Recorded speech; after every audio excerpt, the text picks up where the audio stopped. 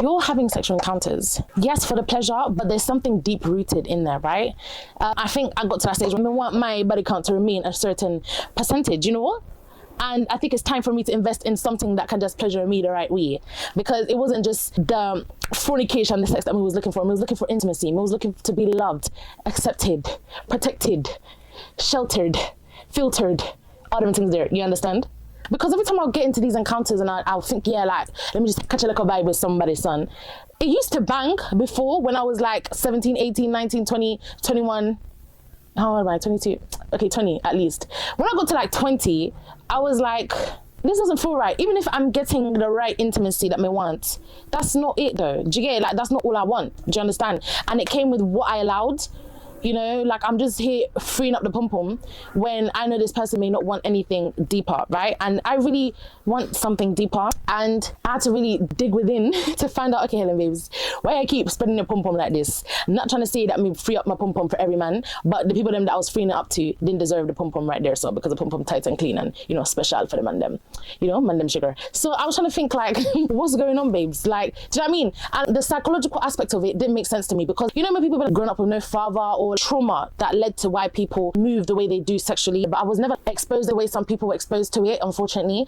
So I don't know if it came from losing my dad, and I didn't understand what losing my dad had to do with me being in situations where I'm having intercourse. So I grew older, I realized that, babes, you know, it's obviously not having a father who demonstrated all the things that you want in a man, like, you know, being protected, loving, words of affirmation, you know, physical touch, like all that stuff that I used to have with my dad.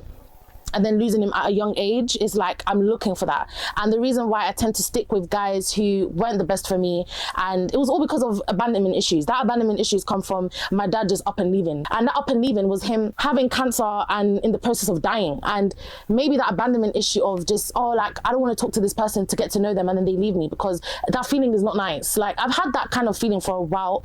And I tried to fit that psychological aspect into, you know, how I felt when I lost my dad. Like, I always expressed that, well, like, you know, I knew my dad was sick. No one really told me. My dad didn't want to let me know, maybe because, you know, I was young. I was only 12. But when he died, I didn't know that day that I saw him would be his last day. I didn't know me saying bye was going to be bye forever that day. Like, it was literally just a normal bye that I used to say bye to him when I would leave. So when he died, I felt like, wow, like, this man just up and left. And he didn't even tell me, listen, babes, this is what I'm actually going through. I'm going to die soon. And da-da-da-da. He just up and left. And then I had to deal with the remainings. Do you get what I'm saying? So I think because maybe that stems from why, you know, I was so trapped in toxic cycles, thinking if this happened, that happened, like, I'm gonna lose this guy. And, you know, it was crazy. It was a crazy analysis to deep and think. To contribute to that is also my low self-esteem, you know? Self-esteem, I can't even be asked to get into that. That's a whole nother chapter. We're here to talk about the fornication things. That's why I don't really like to judge girls when they do activities where it's to the extreme, because you don't know what led to that person doing that. Do you understand? Yeah, so that's what I had to like deep and realize, like, okay, when you involve yourself in these sexual encounters, that conviction there keeps haunting me, bruv, because it's like, now I'm aware and I'm grown. I know why I'm doing it. Like, sometimes when I'm bored, stressed, lonely, and all them things there, hit up the sneaky link them. What are you doing? Come. And I'm not gonna lie, like, me making this video doesn't mean I'm going to stop completely and I've changed my ways. This is just me telling you guys, I'm aware, you know, I'm aware, and you're not alone. Like, I know there's girls out there that think like this, go through this, and they get involved with a guy sexually. They know they're not supposed to. They know this is not the right person to do with. They know this ain't what they're supposed to be doing. But sometimes you're bored, you're lonely, and you're stressed, and you need to release some stress. That's why you need to get yourself a vibrator, because I'm not gonna lie, these lot do not deserve the great pom-pom there. So sometimes I really do wish I could just take back my virginity and keep it secret. Because when I was receiving pleasure, there was a certain moment when my sneaky link did lay upon me, lay upon me, oh. He really did lay upon me one time, for the one time, and I said, rascals. Guys, you know, during that moment, yeah, because it was such an experience for me, and, you know, the emotions were heightened, and I was feeling all types of sensations. I even cried, bro. I cried, and in my head during that time I said, nah, man, this cannot, like, I cannot be doing it with anyone like this, you know. Like, this person gets to see me so vulnerable, and you're telling me he can't be one man to my pom-pom. No, sir. Helen, what are you doing? And I get this weird feeling of like, if him keep, you know, fornicating with me, my back to them is not gonna be nice and cute enough for the man that actually wants that actually deserves it. I promise you, there's weird thoughts comes in my head, because it's like, this guy gets to use me for free, basically. And I feel wanted in a way because a guy is sleeping with me and he gets the kitty bugs. Do you know what I mean? Like, sex used to make me feel like I'm wanted. Like, it was weird. When I look back at it now, it's not a nice feeling. But when I was doing all them things there, I thought I was a shit. Like, what? You want me? You want me that bad? You want my pom-pom? No, sir. It's nothing good to brag about. And I'm not gonna lie, yeah. Them girlies there that used to brag about the guys they slept with and thinking the attention they get from guys, even when it's sexual, you know, people actually get gassed from that, right? I used to just look at it like, oh, baby, just because them want to sleep with you don't mean you get man, you know? Because man do sleep with anything.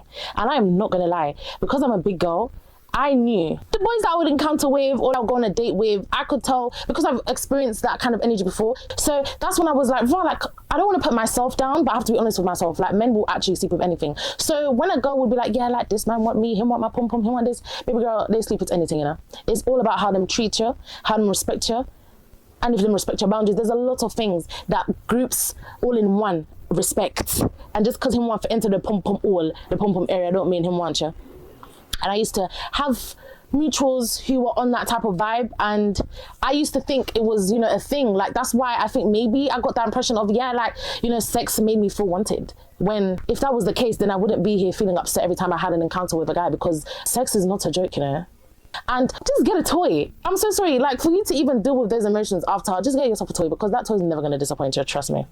So I'm trying to figure out, like, the psychological aspects of low self-esteem, but there's also other things that contribute to why I involve myself in these things and why it makes me feel the way I do and why I felt like it was a form of validation for me. Yeah, I'm still trying to figure that bit out, but I know these things do play a certain aspect to why sometimes reflect my pom-pom. And I'm not gonna lie, when I talk to other people where we share similar experiences, but I'm like, it's also a time for me to reflect on myself, because you know when you're giving your friends advice and it's the same advice you should be giving yourself. That's why when I'm giving them advice, I look back at myself and I'm talking to myself, because you're going through the same thing I go through with these guys when it comes to sexually encountering with them, if that's even a word. I don't know if you guys understand what I'm trying to say, but it's also just a reminder of how you see yourself. Because I'll be telling my people, them babes, like, what you're doing here, it literally shows you don't love yourself. But then it's like, babes, are you even saying that to yourself because you're literally going through the same thing she's going through, right? So it's a lot. But everyone has their different trauma and contributions to why they even do them things that them do. But that was just a short video, guys, of just basically explaining why sex made me feel wanted and like all them things there. Okay, so she touched on the impact of losing her father in her life in terms of future relationships.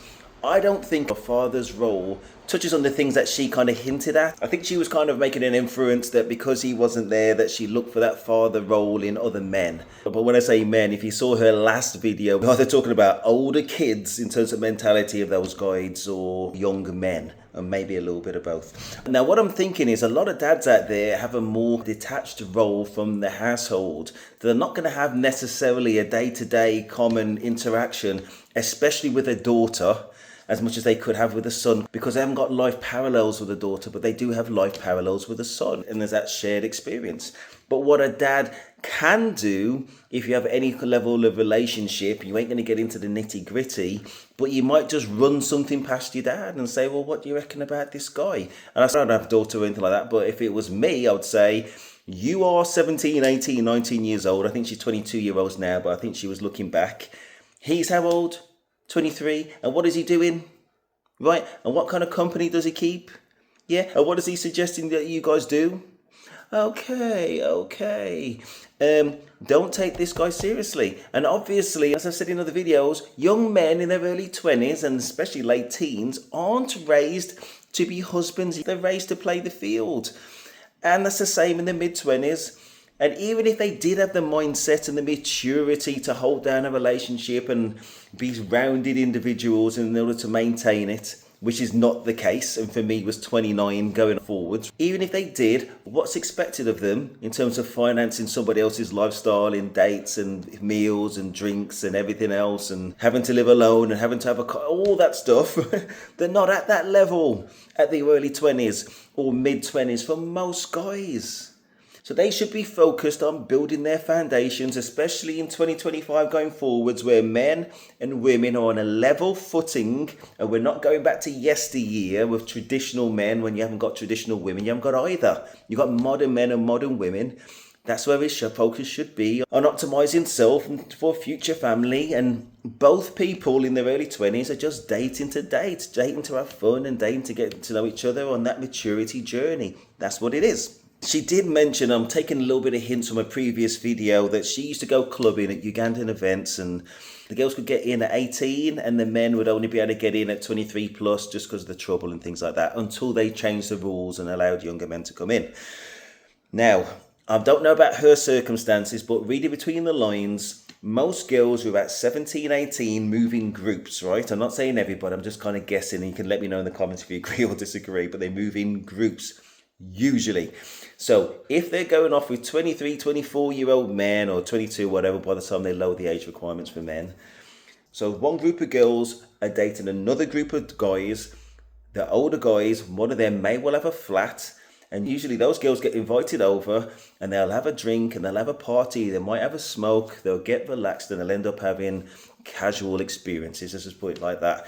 Now, at some point in your life or some point in the lady's life, I imagine for her it was 20, they think, well, actually, not only do I not want to do that, not only have I not vetted these guys, but there's serious implications about these things, and those relationships are not going anywhere. Going back to what I said earlier about guys in their early to mid 20s, don't want relationship to go anywhere anyway, so it was never going anywhere. Because somebody 30 plus is not really thinking about having a serious relationship with somebody in their early 20s. Just, they don't have that level of maturity. They might have some fun with somebody in their early 20s, but not a serious relationship. Going to be more or less the same until maybe mid-20s for a girl, basically, where they get to their prime. Now, when she gets tired of being passed around and all that kind of stuff, really, she should be focused on the things of general society, optimizing self, going to uni, working on her career, just so that if she doesn't find that man, then she's going to be secure in herself. And even if she does, she can contribute towards a household which will have successful children.